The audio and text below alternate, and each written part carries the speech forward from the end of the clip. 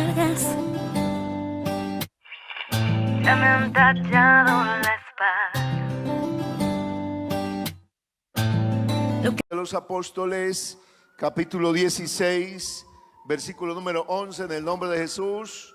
Aleluya. Leemos la palabra de Dios. Zarpando pues de Troas, vinimos con rumbo directo a Samotracia y el día siguiente a Neápolis, y de allí a Filipos, que es la primera ciudad de la provincia de Macedonia y una colonia, y estuvimos en aquella ciudad algunos días. Y un día de reposo salimos fuera de la puerta junto al río donde solía hacerse la oración, y sentándonos hablamos a las mujeres que se habían reunido. Entonces una mujer llamada Lidia, vendedora de púrpura de la ciudad de Tiatira, que adoraba a Dios, estaba oyendo, y el Señor abrió el corazón de ella para que estuviese atenta a lo que Pablo decía. Y cuando fue bautizada y su familia, nos rogó diciendo: si habéis juzgado que yo sea fiel al Señor, entrad en mi casa y posad, y nos obligó a quedarnos. Amén. Diga gloria a Dios. Por favor, tengan la amabilidad de sentarse. Bueno, recordando a los hermanos que tenemos reunión con los ujieres, con los hermanos que dan a la entrada, los porteros, y con toda la gente de bioseguridad. Así que terminamos este culto y continuamos con la reunión. Gloria a Dios. Bueno, quiero hablar de la llegada del Evangelio a Europa, que es Filipos, la primera ciudad del continente europeo que recibió el Evangelio, y cómo fue el desarrollo y el avance de la obra del Señor en este comienzo por predicación del apóstol Pablo a los hermanos allí.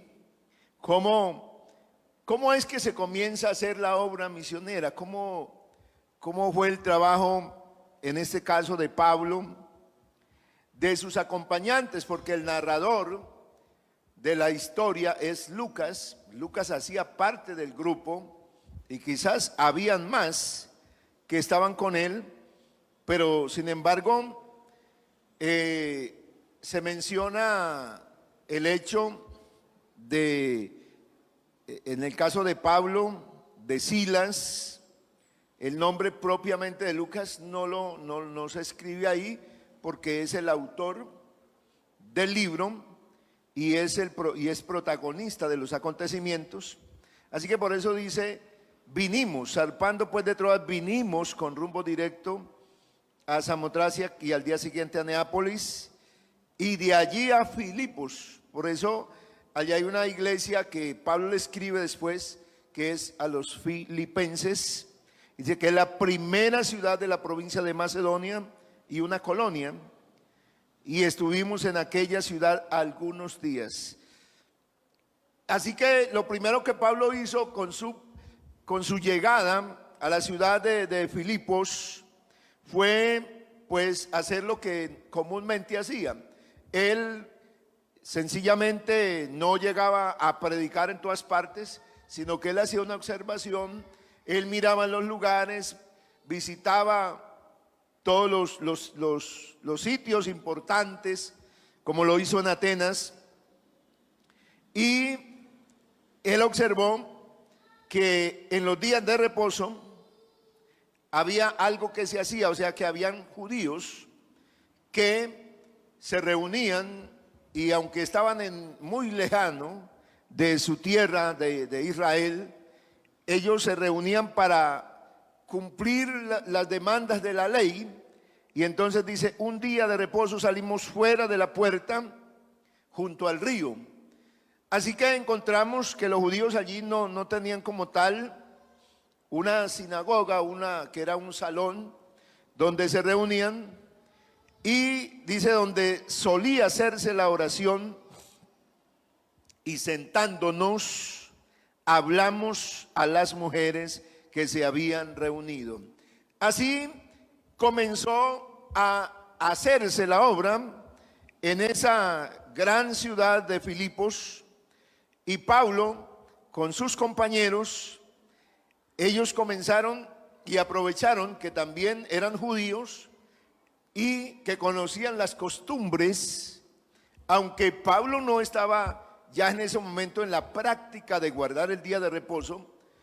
Sin embargo, él utilizaba esas coyunturas, eso que sabía que había vivido él en el judaísmo y que mucha gente practicaba aún estando en el extranjero.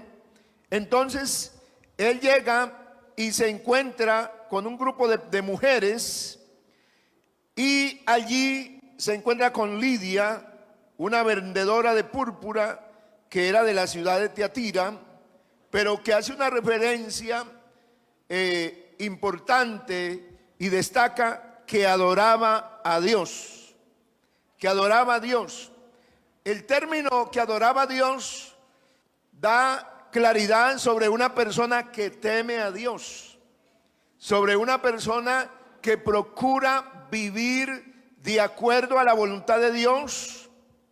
Sin embargo, el hecho de que ella adorara a Dios no significaba que entendiera el camino de Dios. No significaba que ella hubiera obtenido ya la salvación y que fuera parte de los salmos, sino que era una persona que necesitaba oír a Dios, y el Señor llevó allí a Pablo, y esta mujer estaba oyendo. O sea, toda persona que de alguna manera es temerosa de Dios va a oír cuando se hable de la palabra de Él. Cuando se mencione la palabra de Dios, aquel que tiene temor de Dios va a ser reverente a lo que se escucha. Y dice la palabra que ella estaba oyendo. Esa actitud de Lidia hizo que pasara algo importante que lo destaca Lucas, y dice: el Señor abrió el corazón de ella para que estuviese atenta a lo que Pablo decía. Cuando alguien está en la reunión, cuando alguien está en el culto y está atento, Dios, ¿qué hace? Dios abre el entendimiento y pone algo especial en la vida de la persona. ¿Para qué? Para que entienda y para que pueda recibir la palabra del Señor Jesucristo. Lo que estaba hablando Pablo, pues él no relaciona, el texto no explica como tal qué le predicó, pero Pablo le predicó tanto que dice que cuando ella fue bautizada y su familia, nos rogó diciendo. Todo lo que pasó con esta mujer es que oyó el evangelio, y el evangelio alcanzó a llegar hasta su familia, al tanto que también su familia fue bautizada, recibió a Cristo, y ellos le rogaron a Pablo diciendo que por favor, si consideraba que ellos podían permanecer fiel al servicio en el camino del Señor, entonces que entraran en su casa y la tomaran como un hotel, como un hospedaje, y se quedaran. Y hay algo que anota Lucas, y dice: y nos obligó a quedarnos. Mire, la obra del Señor cuando llega a la vida de alguien es tan grande, es tan poderosa, que sencillamente la persona quiere que ese mensaje que recibió y aquellos que le llevaron la palabra puedan compartirle y puedan aún quedarse con ellos. Este es el caso de Lidia, la vendedora de púrpura allá en la ciudad de Filipos, donde el Señor empezó la obra con ella, donde Dios llegó para que esta persona conociera a Dios junto con su familia, y de ahí empezara la expansión de la predicación en eso que se llama hoy el continente europeo. El evangelio había llegado para empezar a avanzar por todos esos lugares, y ha llegado como hasta hoy en este país. Y acabamos de ver el informe misionero, y todavía estamos llevando el evangelio a Europa. Estamos oyendo al misionero de Italia que Allí hay un poco de italianos que ya están recibiendo. Allá también se habló de África, donde están recibiendo la palabra, pero usted no oye a muchas personas que se hayan convertido allí, sino grupos pequeños. Pero así se llega con la predicación del evangelio. Así se envía un misionero y él llega a una ciudad y va a algunos lugares y Dios le va a abrir puertas con un grupo pequeño, puede ser de personas o una persona, pero a alguien Dios va a tocar, a alguien Dios le va a hacer entender el evangelio, porque Dios no lleva el evangelio ni a su misionero a que anuncie la palabra para que ésta llegue en vano, sino al contrario, porque hay una necesidad de que la gente oiga, reciba, entienda el evangelio, sea salva y pueda gozar de esta salvación. Pero la predicación del evangelio va a tener obstáculos. El trabajo de ellos fue seguir los días de reposo, porque fue el momento, y los judíos lo hicieron, los misioneros, los apóstoles lo hicieron así. Ellos aprovecharon la circunstancia de la creencia judía de guardar el día de reposo. Para ellos era el día de reposo más que cualquier cosa, era más que Dios. Guardar el día de reposo, por eso hay gente todavía que guarda el día de reposo, el sábado, y se convierte el sábado en algo más que Dios, más que la palabra. O sea, guardar el sábado, porque los judíos eran así, así los enseñó la ley. Sin embargo, ellos seguían predicando, pero mientras iban, dice que les salió al encuentro una muchacha que tenía un espíritu de adivinación, la cual daba gran ganancia a sus amos adivinando. Esta, siguiendo a Pablo y a nosotros, entonces ahí habla de que Pablo estaba con un grupo de personas, daba voces diciendo: estos hombres son siervos del Dios Altísimo, quienes os anuncian el camino de la salvación. Mire la estrategia de ese espíritu. Ese espíritu no estaba diciendo ninguna mentira, no estaba oponiéndose en un sentido a hablar mal de Pablo y de sus compañeros. Este espíritu, que era un espíritu de adivinación, decía a la gente que esos eran siervos del Dios Altísimo. ¿Por qué? Porque si hay algo que el enemigo tiene que reconocer es quién le sirve a Dios y quién no le sirve. El mal sabe quién le adora, quién no le adora. Y esto lo hacía por muchos días.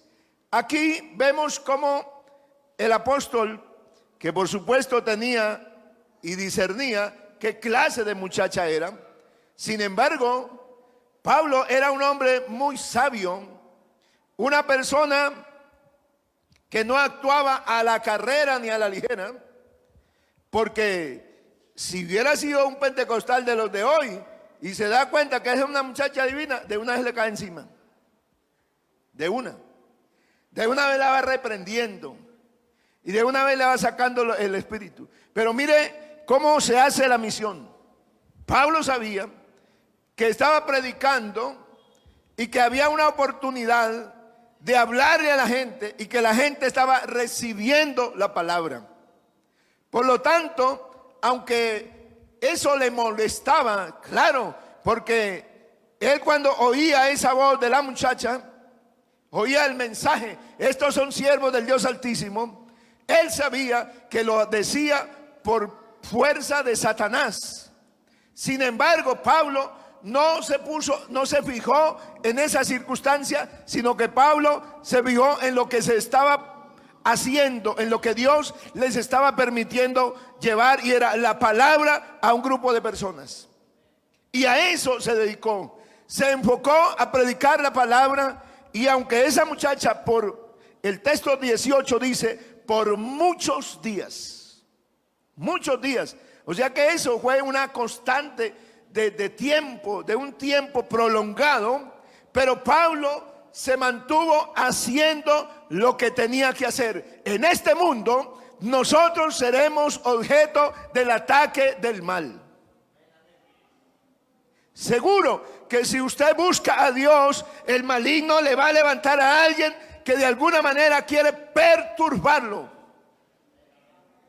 Pero si usted se deja desenfocar por el mal y se queda mirando el mal y se pone a atenderlo, lo desenfoca de lo que Dios está haciendo, del propósito del Señor. Pero Pablo no fue ese. Por eso quedó consignado en la Biblia, para que la iglesia de hoy y el que tiene la misión de Dios de llevar la palabra y también de permanecer en el Evangelio para dar testimonio de él, no podemos desembocarnos del ataque del mal. Amén.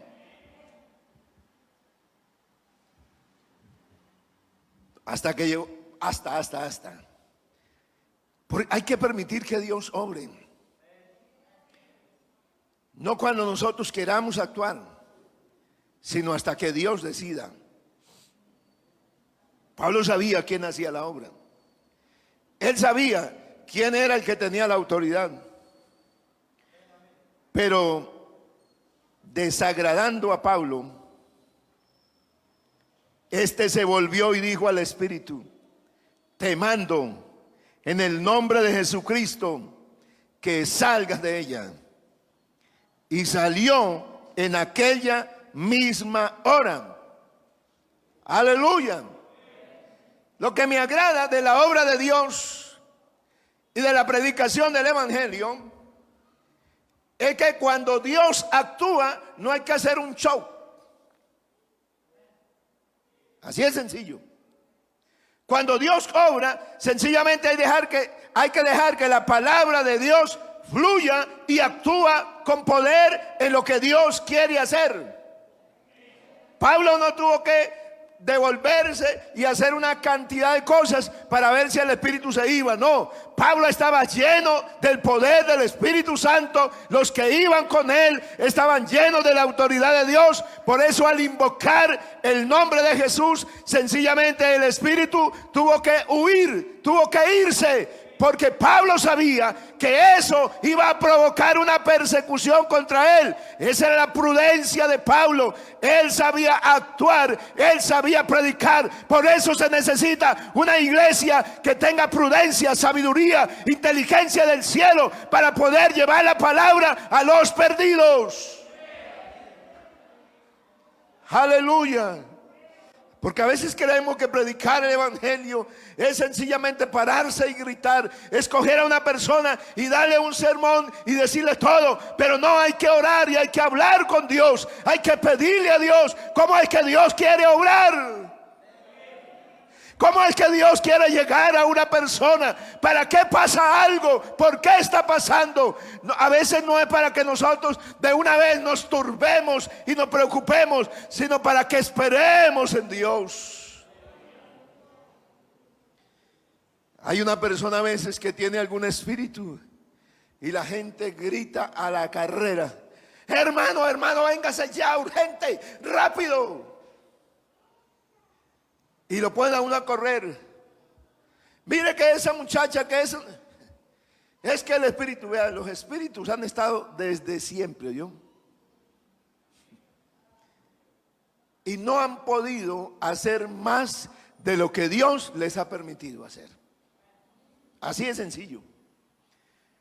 Si un espíritu toma a una persona, recuerda al endemoniado gadareno, que lo tenía. Es más, tenía cadenas, unas cosas, unos grillos que le ponían ahí.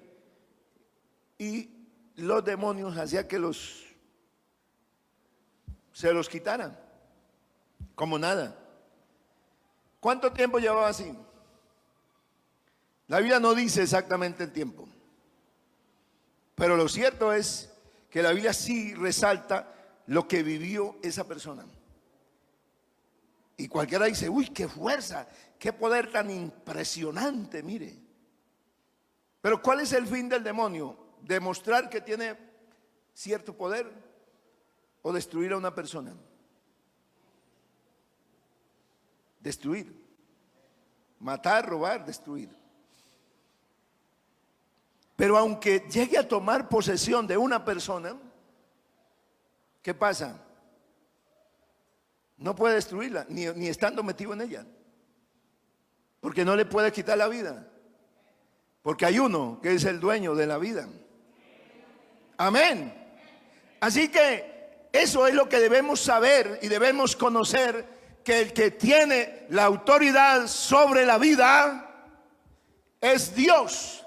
Y que aún ni el mal, aunque tenga a una persona y la pueda poseer, no puede quitarle la vida. ¿Por qué? Porque Dios la preserva. ¿Para qué? Para que también escuche y reciba la palabra y la libertad que proviene de Dios.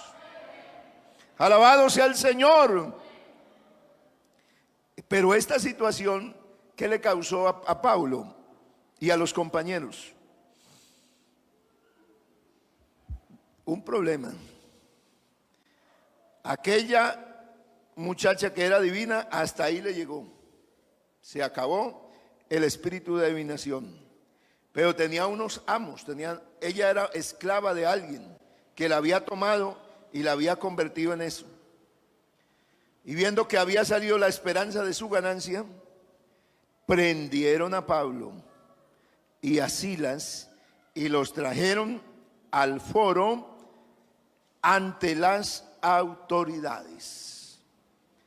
Otra cosa que quiero resaltar acá es que el Señor no pone en mano de las autoridades, de los magistrados, no pone en mano todo el mundo.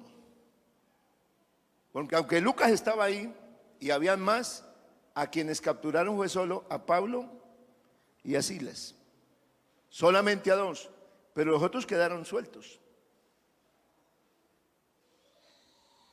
Así que Dios no va a permitir que si a alguien le vino un problema, Dios va a permitir una situación, una prueba a alguien, pero va a permitirla en el que la puede resistir. No en alguien que no puede resistirla. Porque con esa prueba que alguien viva, con esa situación difícil que alguien pueda pasar, otro va a aprender.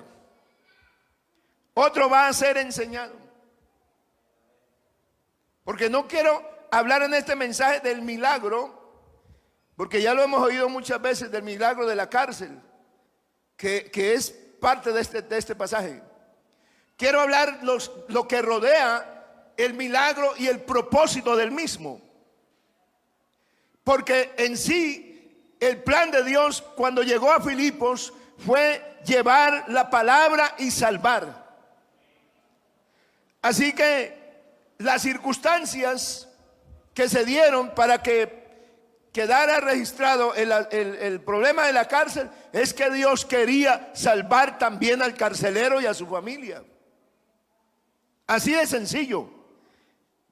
Y también quería mostrar que aún en medio de la peor situación que se pueda vivir por causa del evangelio, se puede uno mantener en pie, se puede uno mantener alabando y adorando a Dios.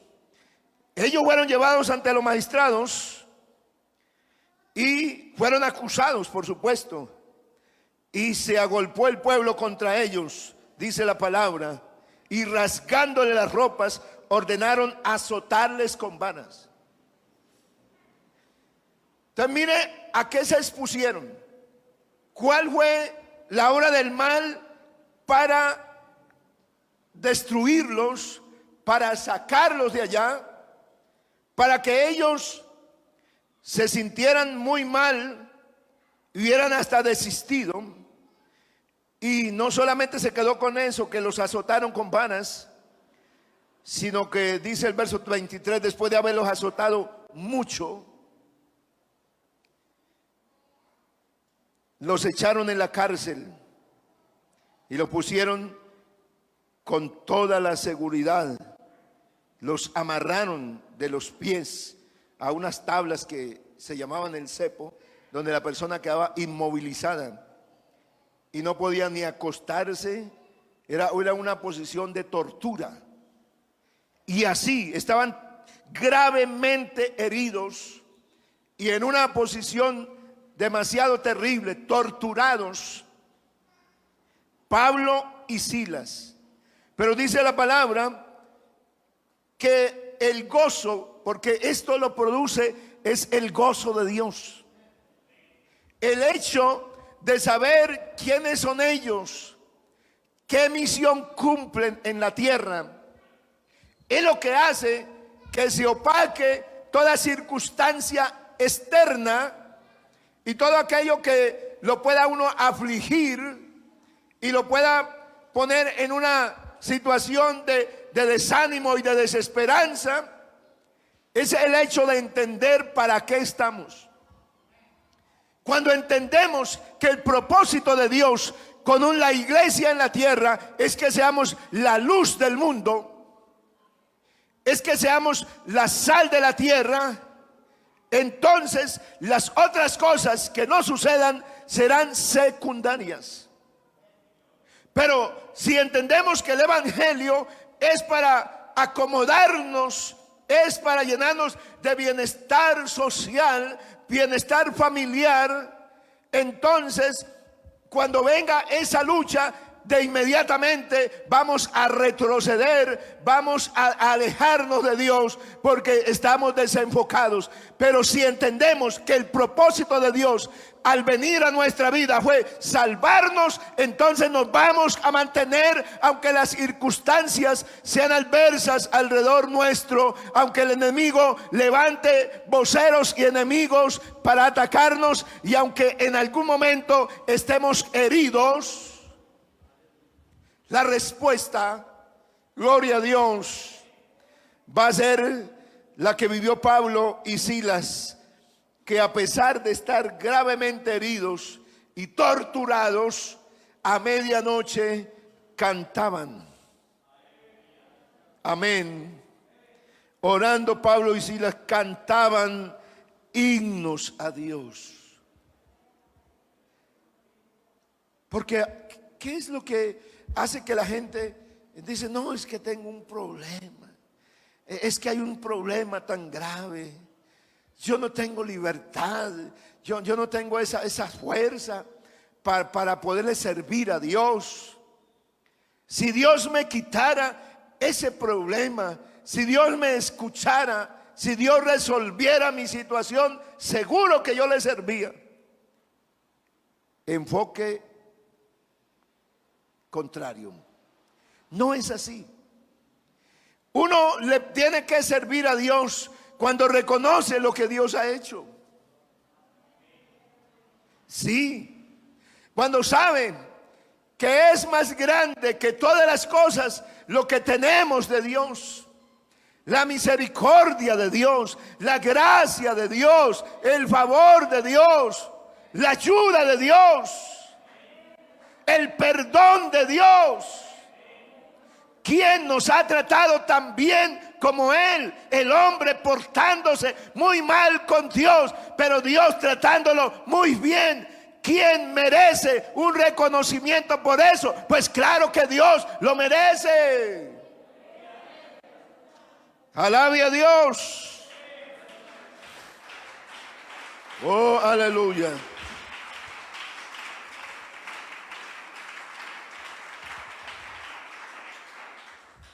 Las circunstancias, como dice el cántico, que a veces, pues uno lo canta cuando no está pasando nada, lo canta bien.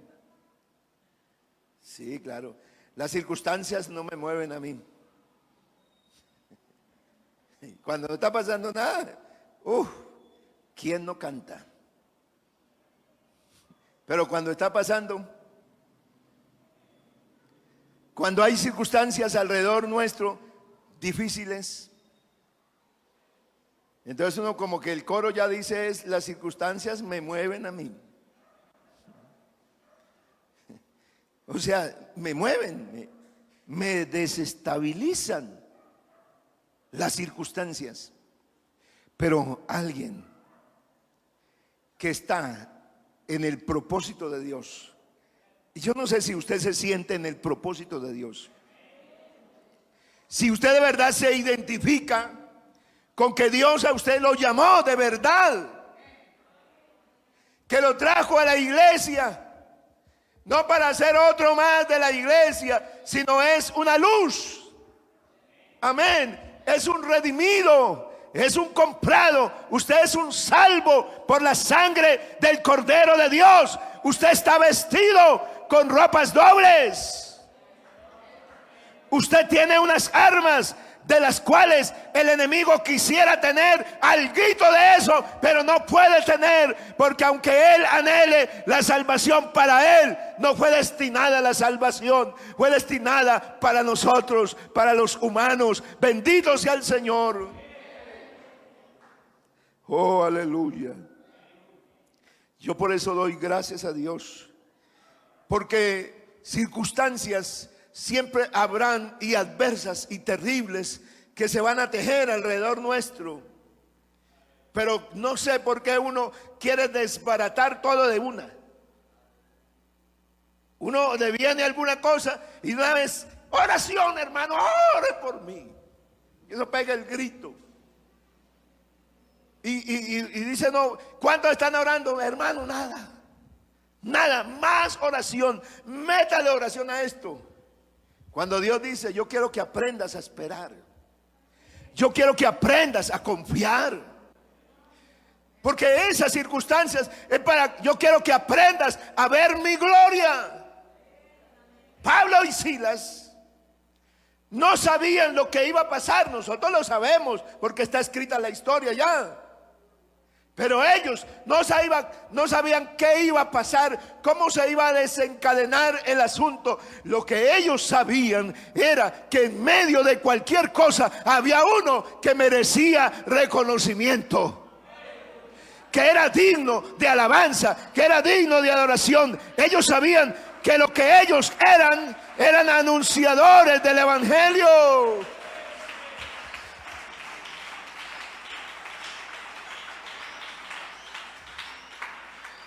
Aleluya. Así que no se podían mover. No podían. Estaban muy heridos. Pero sabían que había una cantidad de gente en esa cárcel.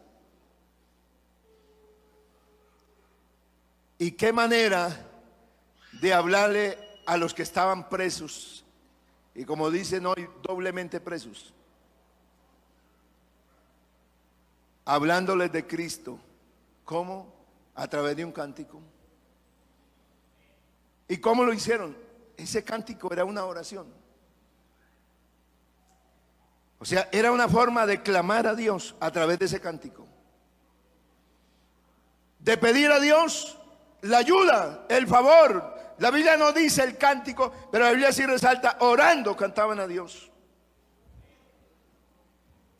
¿Para qué? Para enviarles un mensaje a todos los que les podían oír, que había un Dios que los podía escuchar y que podría librarlos. Pero ellos no sabían de qué manera los iba a librar. Pero mientras ellos cantaban y adoraban a Dios, Dios empezó a mover la cárcel. Un terremoto empieza a mover la cárcel y la gloria de Dios apareció en esa cárcel para todos los que estaban presos. La demostración del poder de Dios fue que las cadenas de todos los que estaban en la cárcel fueron rotas. Y las puertas de todas las celdas se abrieron. Con eso, Dios le estaba enviando un mensaje a todos los que estaban presos, que había alguien que tenía poder suficiente. Pero también Dios les envió un mensaje muy grande. Todo prisionero, o el 90 y no sé cuánto por ciento de los prisioneros, cuando se dan cuenta que la cárcel se abre, ¿qué cree? ¿Cuál es la actitud que tomarían? ¿Qué desea un prisionero? Salirse. Ese sitio es cruel. Pero se abrieron la puerta de todas las celdas y las cadenas que los tenían atados. Parece que era una cárcel de seguridad, de alta seguridad. Y parece que los convictos de ahí no eran cualquier clase de personas, porque ¿por qué los encadenaban? Sin embargo, el carcelero sí se horrorizó en esa hora. Él quedó horrorizado, porque él se da cuenta del movimiento que hay, ¿no? Hay un movimiento de la tierra terrible, pero se da cuenta que las rejas, que habían rejas de hierro ya en ese tiempo, se están moviendo de toda la cárcel, y se da cuenta que toda la cárcel está abierta. Eso espantó al carcelero, lo puso en un momento tan difícil que tomó una decisión inmediata: quitarse la vida, ya que la ley en ese tiempo era que una persona que guardiaba, o sea, un guardián de una cárcel, pagaba un preso que se escapara. Pagaba ¿cómo? Con su propia vida. Pero si eran varios los que se escapaban, entonces pagaba con la vida de toda la familia. O sea que al otro día habían ejecuciones. Toda la familia de esa persona eran ejecutados, y todos los guardias que hubieran en ese penal, todos morían. Pero este, que era como el jefe, que estaba al frente, él dijo: yo no esperaré a mañana, no esperaré ver a mi familia muriendo, yo me moriré de una vez. Y cogió la espada y se va a traspasar con la espada. Y cuando Pablo, parece que eso ocurre cerca donde Pablo está, en la celda donde está Pablo, algo le dice el Espíritu Santo. Le dice, le pega ese grito: no te hagas daño, no te hagas daño. Porque es que cuando Dios está, siempre Dios va a usarte para salvar a alguien que está en el peor momento. Ese era el peor momento para el carcelero, y necesitaba a alguien que le hablara. Y entonces la voz de Dios a través de el siervo fue: no te hagas daño. ¿Por qué? Dice: porque todos estamos aquí. Vea, cuando Dios actúa, cuando Dios obra, no obra para hacer daño. La obra de Dios es perfecta. ¿Cómo así que todos los presos tienen las celdas abiertas, están sueltos de las cadenas y se quedan ahí quietos? No se van. Así es cuando Dios obra. Dios, cuando Él se manifiesta, no causa caos. Escuche bien eso. Cuando Dios interviene, no hay caos. Y si se llega a suscitar un momento de caos como el que vivió el carcelero, Dios inmediatamente interviene para que no lo haya. Dios puso la iglesia en este mundo porque este mundo está en caos.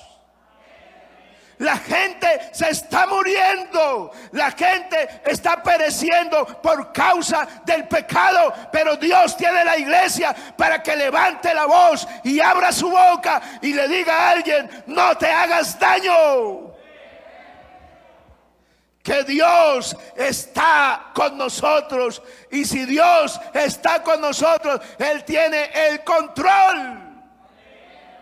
Usted ha dicho esa frase, ¿cierto? Dios tiene el control.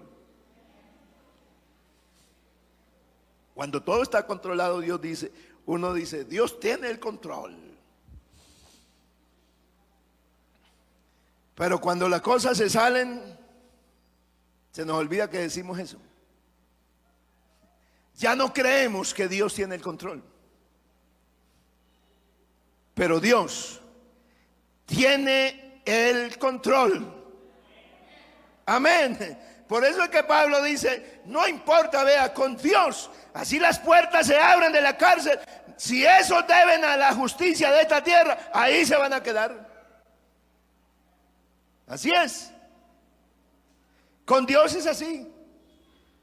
Dios no altera las leyes de los hombres. Dios no las altera, no. Dios hace que se cumpla lo que también fijan los hombres. Amén. Créalo porque es así. Ese es un ejemplo. Nadie se fugó esa noche. Nadie. Allá el carcelero terminó diciéndole a Saulo, a Pablo, bueno, ¿y ahora qué? ¿Qué viene? ¿Cómo así que no me haga daño? Dijo, ¿qué debo hacer, señores, para ser salvo? Pero él no le dijo, porque es que nosotros hemos interpretado el texto un poco ligero. Él no le dijo para ser salvo, ¿de qué? Para creer en el evangelio, porque ese hombre le habían llegado 2 presos ahí que estaban cantando unos cantos raros. Además que quizás él no estaba concentrado en esos cánticos, él tenía sus propias creencias paganas. Así que él no les pidió, ¿qué debo hacer, señores, para creer en el evangelio? No. Él dijo, para que sea salvo, o sea, porque me dices que no me hagan daño, porque es que la voz de Pablo a él fue, no te hagas daño, o sea, no te quites la vida. Él pregunta, ¿cómo hago, señores, para ser salvo? Porque lo que me viene es la muerte por el imperio, por los que gobiernan aquí, por el gobierno de este país, de esta ciudad. Me van a quitar la vida por los presos. Eso fue lo que el carcelero pidió. Debemos entender el texto en su contexto, porque por eso es que decimos disparates. Cree. Y entonces Pablo, ¿qué aprovecha? La oportunidad para hablarle del Salvador. Cree en el Señor Jesucristo y serás salvo tú y tu casa. ¿Y por qué a veces, y por qué no podemos hacer de ese texto un absoluto? Y ustedes me dicen, pero ¿por qué habla pastor de ese absoluto? ¿Qué es eso? Porque esa no es una promesa universal. ¿Cuántos han creído en el evangelio y toda su casa no está salva? ¿Sí o no? Sí. Entonces por eso cuando predicamos el evangelio es una promesa que puede alcanzar a toda la familia, pero no se compromete Dios, porque Dios no fuerza a nadie a que lo siga ni a que crea. Dios dice, si alguno quiere venir en pos de mí, si alguno quiere, implica la voluntad, que la persona quiera. Pero en esta promesa o en este evento del carcelero, el Señor quería salvar a esa familia. Entonces el carcelero se dio cuenta de un milagro.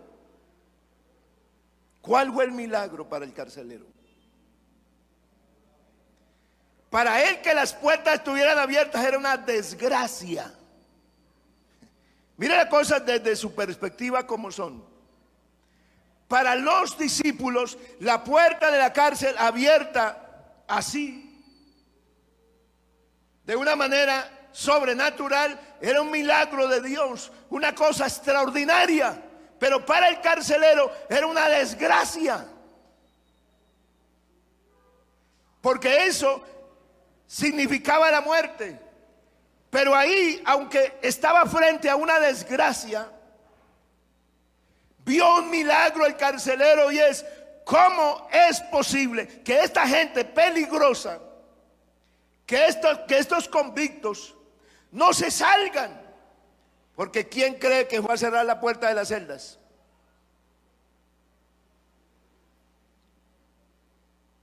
Alguien tuvo que ir a cerrarlas. Alguien tuvo que asegurar nuevamente a todos los que estaban ahí.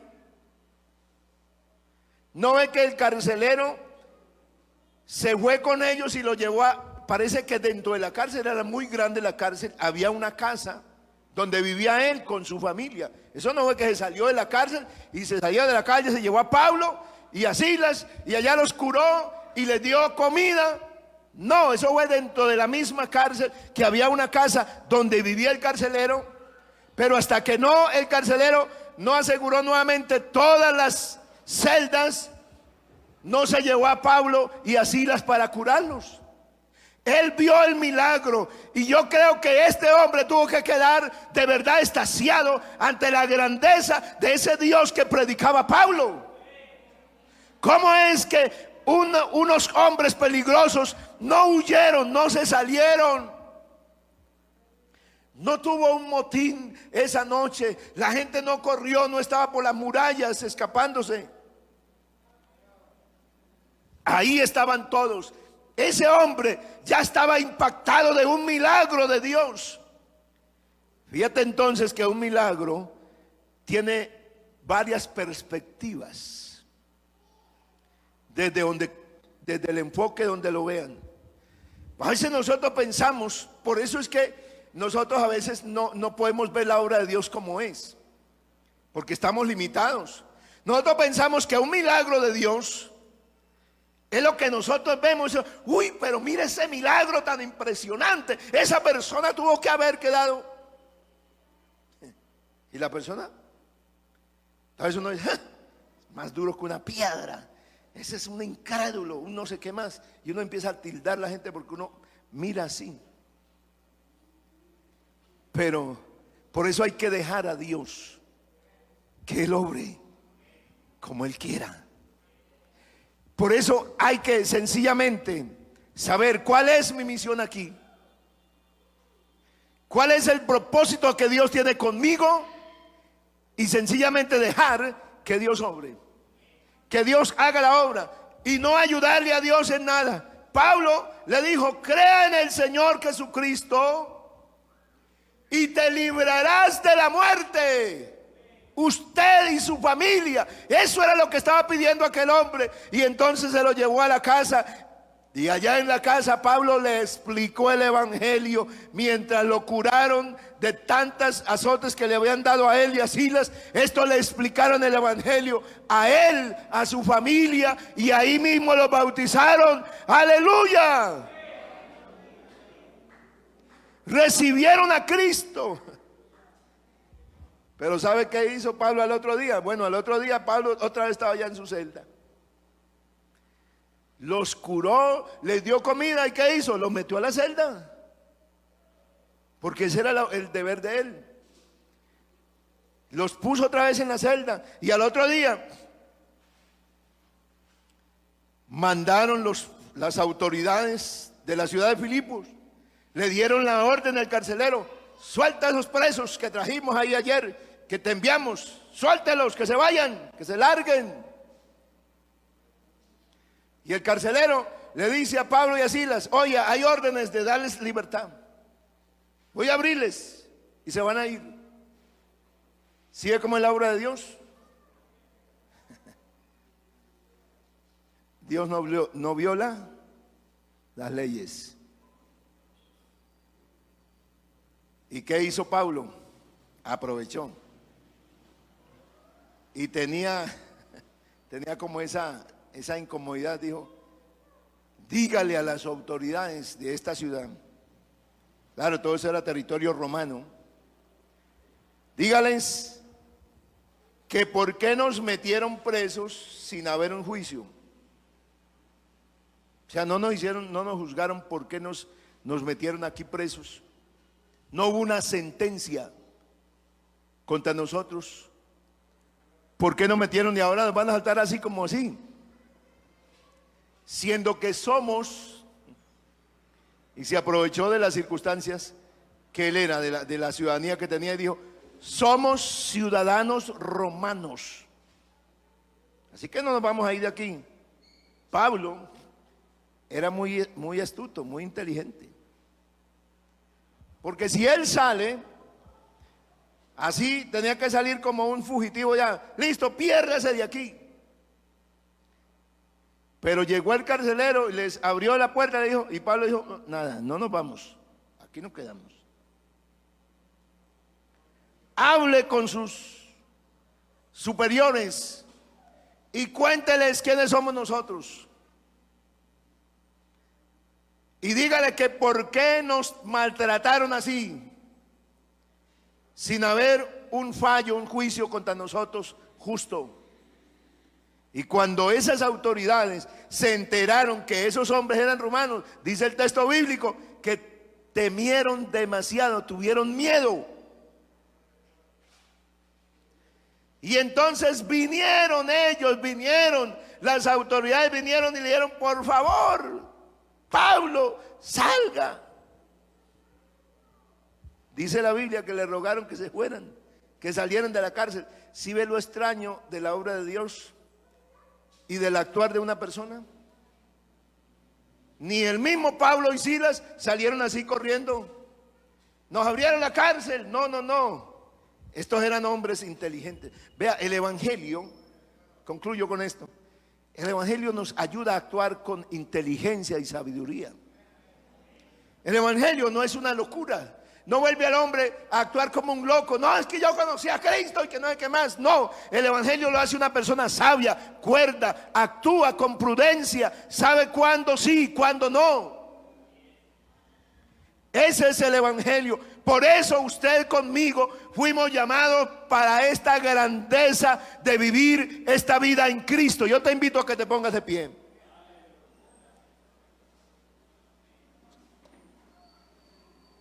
Porque si tú logras vivir esta vida de acuerdo a lo que plantea la Biblia, no habrán circunstancias que te arrastren,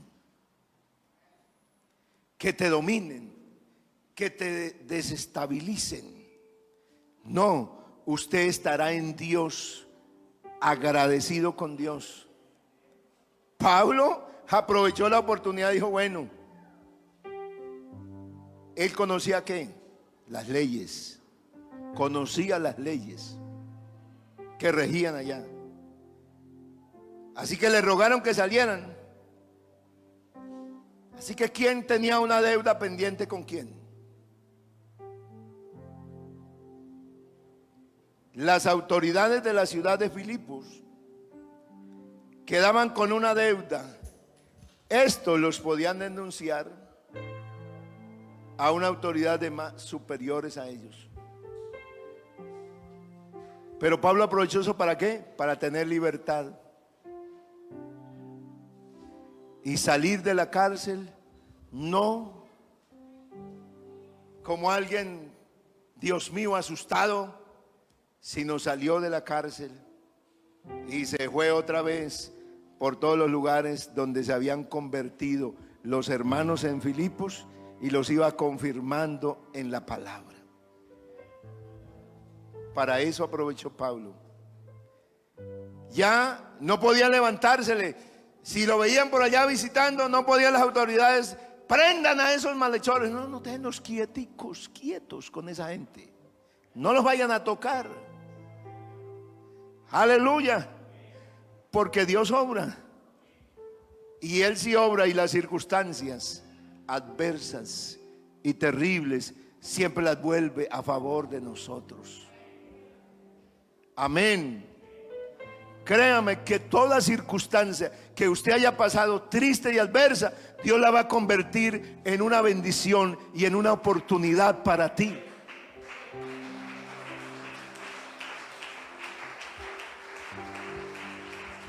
Así que no te afanes por cambiar la situación. Sencillamente deja que Dios obre. Sígalo creyendo. Y si usted afirma que Dios tiene el control, pues crea que Dios tiene el control de todo. Sigue creyendo, sigue perseverando, sigue sirviéndole a Dios, sigue haciendo lo que Dios te puso a hacer. Hágalo con pasión. Si sabes orar, ora. Si sabes predicar, predica. Si sabes cantar, canta.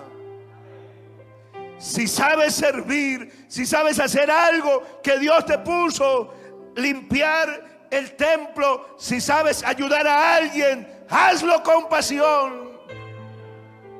Habrá circunstancias, pero Dios cambiará todo ello a favor tuyo y del Evangelio. Oh Santo Dios, soberano Padre Celestial,